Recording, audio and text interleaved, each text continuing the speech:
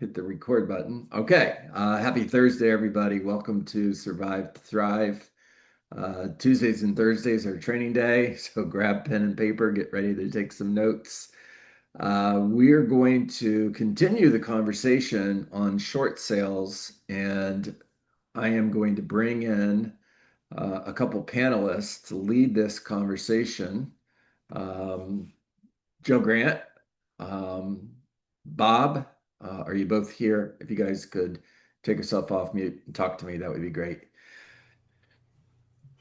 I'm here, John. Happy to You, be here. all right, cool, cool, cool. I So left. you left? Ha ha Yeah, ha. I'm gone. Okay, well, shoot, we lost Joe. Okay, so here's my hallucination. I'd like for each of you to take a little bit of time and share what you have to share with the group.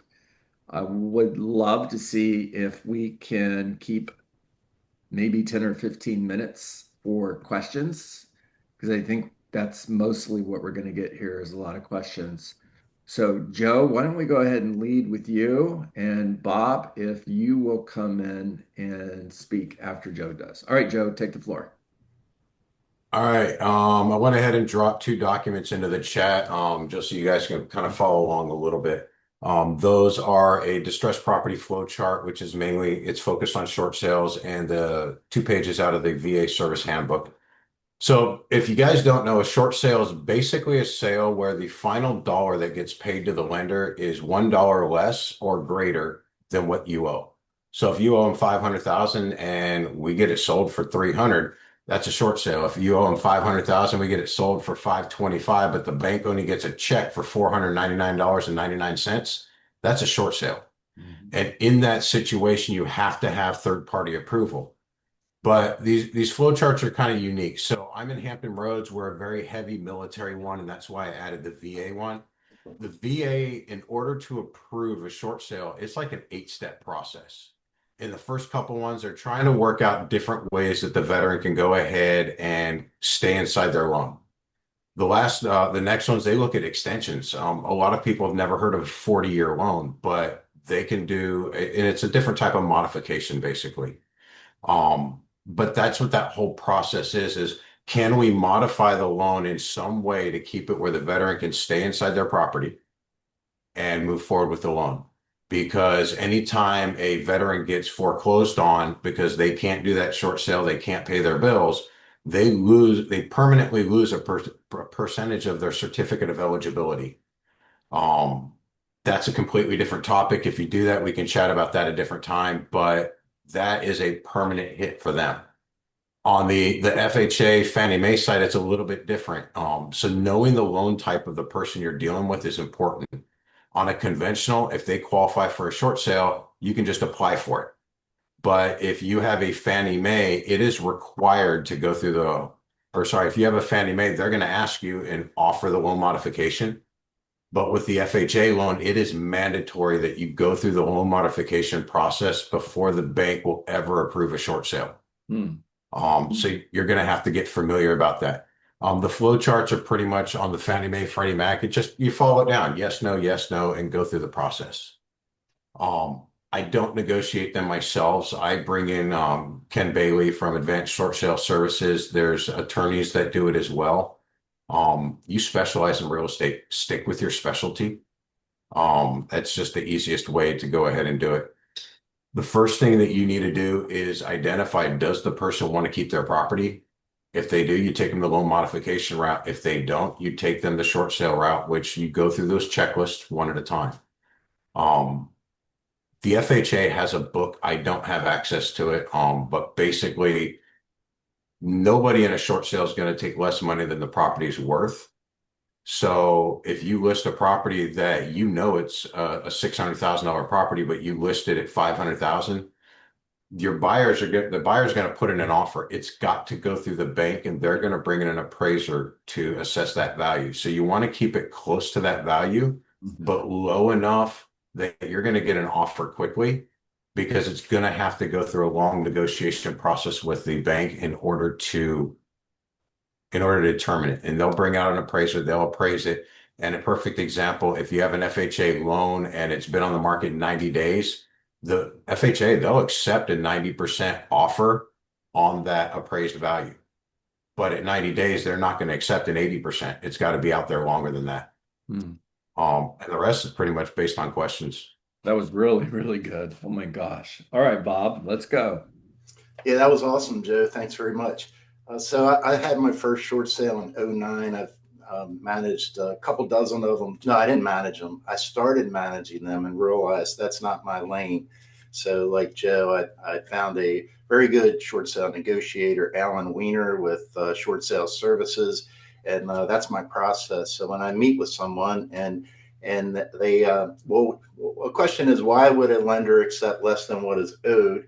They prefer to go that route in a short sale where the homeowner is living in the property, cooperating. That's key, and getting the process complete so the lender can avoid foreclosure as well as the homeowner. But why would they do that to avoid foreclosure? But how it or what would cause them, the borrower or the homeowner needs to have a hardship, and they have to prove that. They prove that with, I have a document with all that's required from a homeowner or borrower to prove that they actually have a hardship. They scrutinize their financials. They look at their income statements, their bank statements. They want to see their assets, liabilities, profit and loss. If they're self-employed, then there's a lot that they have to go through to prove that they actually have a hardship. My last one was military, and that was not too long ago. The guy was active duty.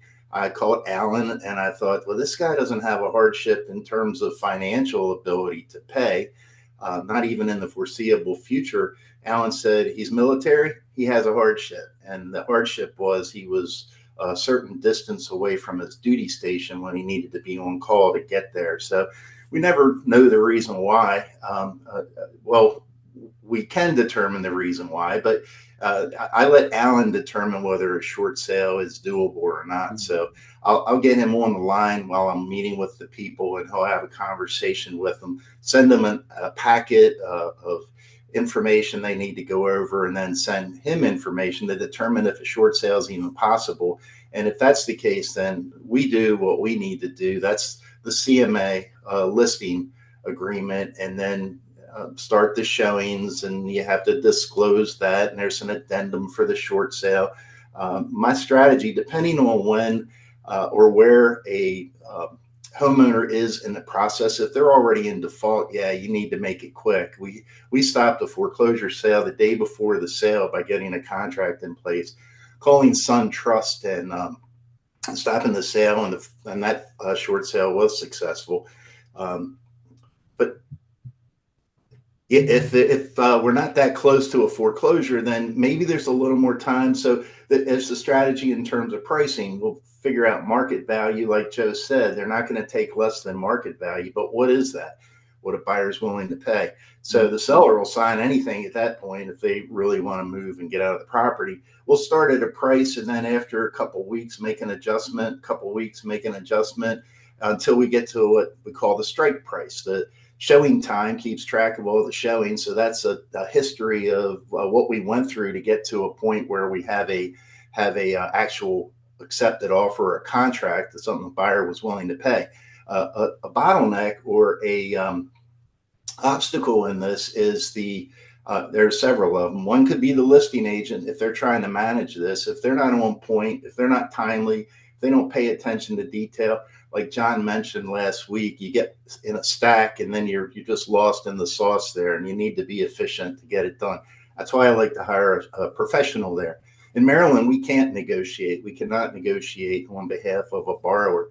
Another obstacle could be the seller. They have off well, not often, but they will use the short sale as a stall tactic just to stay in the property longer, to forego the foreclosure for a period of time. What else do we have? There's the buyer's agent needs to be communicating. The buyer needs to be, everybody needs to be on the same page moving forward to get this to settlement. What else can I tell you? Bob, I think you did an amazing job. Let's get our hands up, all right, everybody. So as I'm listening to these these guys talk, and I've done a lot of short sales. However, it's been a long time during the last market shift. I learned a ton. Joe and Bob, you guys are talking about things that I've never heard of, and I've done a lot of short sales. So we should see a lot of hands up. Sean's been waiting patiently, so we'll go ahead and get started with Sean. If you have a question for either Bob or Joe, please put your hand up. Uh, Guys, if you're okay with getting emails, put your emails in the chat. I do see a couple comments in here from people who are driving who can't download the downloads that you put in the chat. So they're going to reach out to you via email to get that information. Okay, let's go, Sean. Okay, this question, Joe, you mentioned something about 80% of the I think it was 80% of the loan at a certain time. Is that time frame? Is that include the time that we've been on the market before the short sale? So we're in a different market in Austin, and I'm going to explain this to the bank. I've got somebody else coming in to do their job also, which is my job is, like you guys were saying, I'm just going to sell the thing. The other guy's negotiating with the bank. And so I'm Hey, going to Sean, show the bank. Yeah. it's Yeah. the list date. That's the date Okay. they're going to go off of because that's the marketing time. And it's in the FHA guidelines book that the FHA folks have. Ken knows those dates like the back of his hand because he's negotiated so many. But if once it goes live, that starts that timeline. The longer it's been on the market, the less money they'll accept. Okay, great. Thank you. Dr. Sylvia, let's go. Yes, 4 points very quickly. First one, be absolutely 100,000% sure to pull title on the property before submitting a short sale package, because many owners don't know that sometimes there is a claim against them, that there's a code violation against them. I can explain how and why they may not know it. And then that puts the kibosh on your short sale. So and many title companies, if you've worked with them before, they will pull title for you for free. So you know exactly if or if not there's any kind of something against the title. Super, super, super important. I can explain more why, but just brevity. Second, you have to have a written accepted offer in place before you can submit the short sale package to the bank, and the bank then has to get approval from the lender, not from the whatever, there's the bank and then there are the people. And then so you have to have a written offer in place before you can start the process.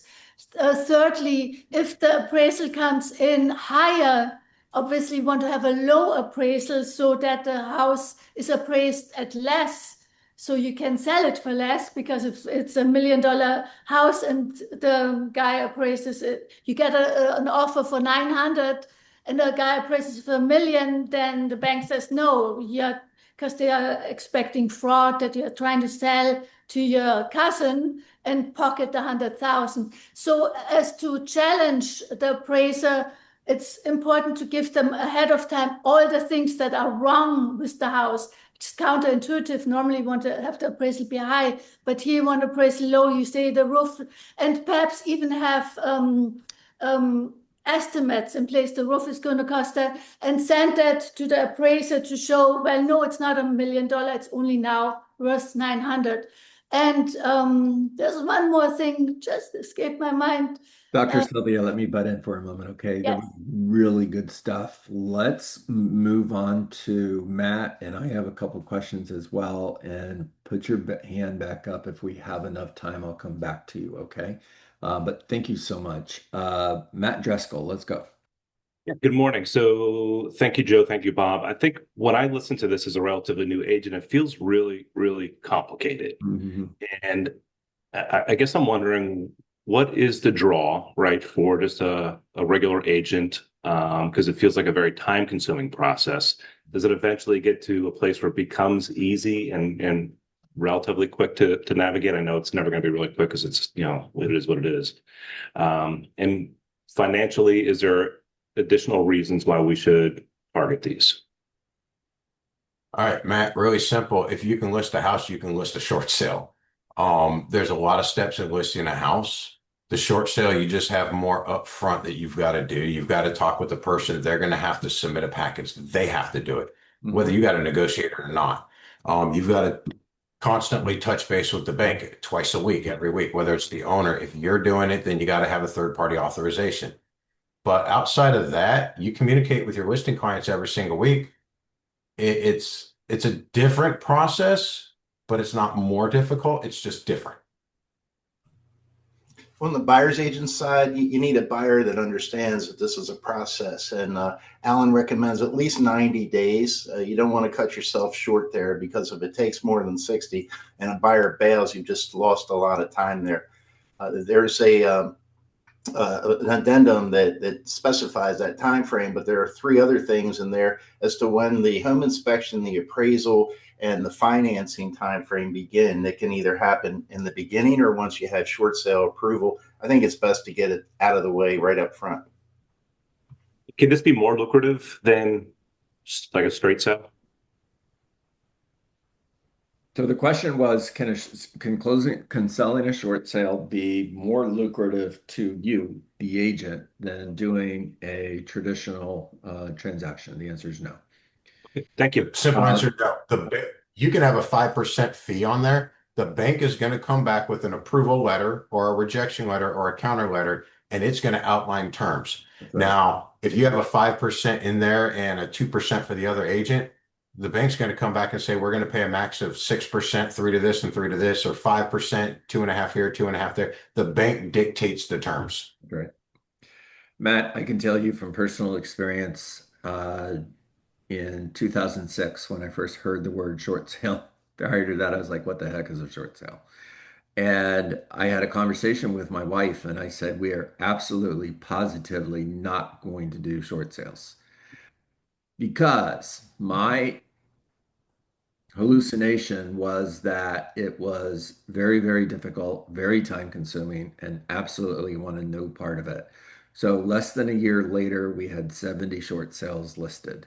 Uh, it's not that difficult. I 100% suggest that you listen to what these guys said, follow the model that they put in front of you. And one of the big parts of that is make sure you have someone, not you, who's communicating with the bank.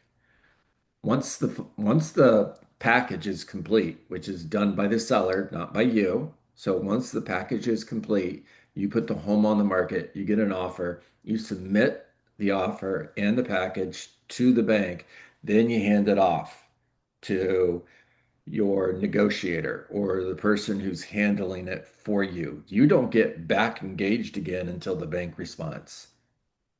It's not as hard as you think it is. John, can I add something about on the buyer's agent side? You don't want to go into this blindly. There's some questions to ask or things to look at before you just jump in with your buyer, getting them tied up for all this time. But if the listing agent's managing the sale, it's good to know how many they've closed. That's helpful that they're experienced. If there is a negotiator, who is that? They ought to be able to answer these questions to know that there actually is someone there. How many liens are there? How many mortgages? If there's a second lien, then second lien holders aren't very forgiving. They want to get paid. They'll ask the homeowner, the borrower, to sign a promissory note. And then HOA liens can be tough too. So good things to know if you're going to have a smooth transaction there, or at least as much as possible. Do you agree, Jeff? Yeah, pretty much. I've got a question based on what you just said. So you've got a first mortgage, you got a second mortgage. If there is enough money to pay off the first mortgage, which there typically is in that situation, but there's not enough to pay off the second mortgage, whoever has the first mortgage is the one that's going to determine whether or not the short sale is approved. The possessor of the second mortgage doesn't get to dictate whether or not this sale is going to be approved. It's dictated by the holder of the first mortgage. Now, tell me where I'm wrong, okay? Because I could be wrong. That's to both of you guys. It's based off of priority. Every state's a little bit different. You got to know your state laws, but the first mortgage is always the primary. Right. The secondary mortgage might take a back seat to a tax lien if it's a federal tax lien, but typically you'll get first, second, federal tax liens. But you can have a lien on there from a utility, a lien on there from state taxes, a lien on there from the guy that put the new roof on and you didn't pay him. Those are the junior liens, and like I said, every state's different, and they'll tell you how to rank them. But the first three are your first, second, and federal tax lien. Good stuff. Megan put a comment in the chat. She's dealing with a short sale. Their hardship is because of taxes. Go ahead, Megan. You have two? Is this cut or two? Three. Three. Three. She has three short sales, all three because of taxes, or just the one? Okay. So, Yeah, different hardships for each of them. okay, but I can definitely see where taxes could be an issue. I think in your case, Megan, it was somebody who bought new construction who didn't take into consideration what their taxes were going to be. All of a sudden, they were hit with a big tax bill and they could no longer afford the payments.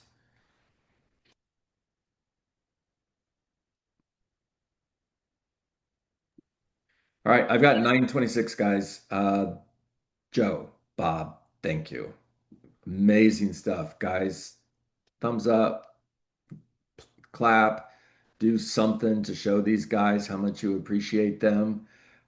This will be on YouTube before the day is over, so you will be able to download it and watch the recording.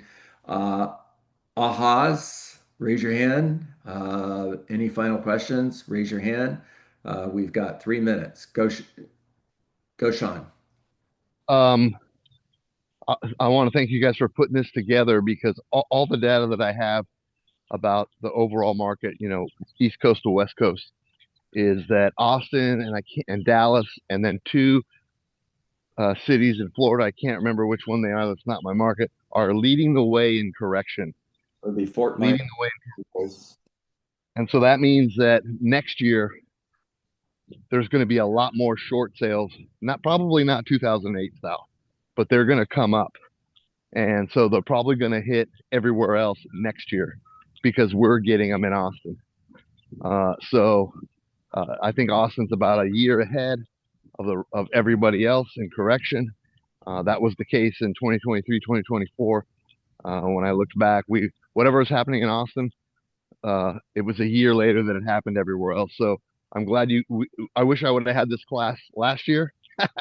I'm glad I'm getting it this year. So I hope you guys got great value from Joe, and I thank you, Joe, and everybody that spoke. I'm sorry, Bob, sorry, and that was it. I got great value out of this, especially since I got a call with the bank in an hour and a half. All right, no more hands up. So I have one more question for you, for both of you gentlemen. Anybody who took out a loan in 2020 on a 5-year adjustable rate that has a balloon payment coming up?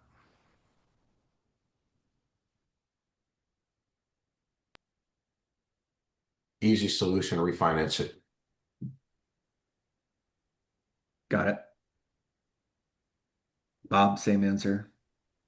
Same answer. Good answer. Good answer. Can I add one thing? Yeah. Setting expectations. If you guys are going to take these on in the Austin market, we're seeing a 30% approval rate on short sales. And so it's not just an easy solution or the solution for the client. So just set those expectations and you're going through different potential opportunities where they can actually get out of it.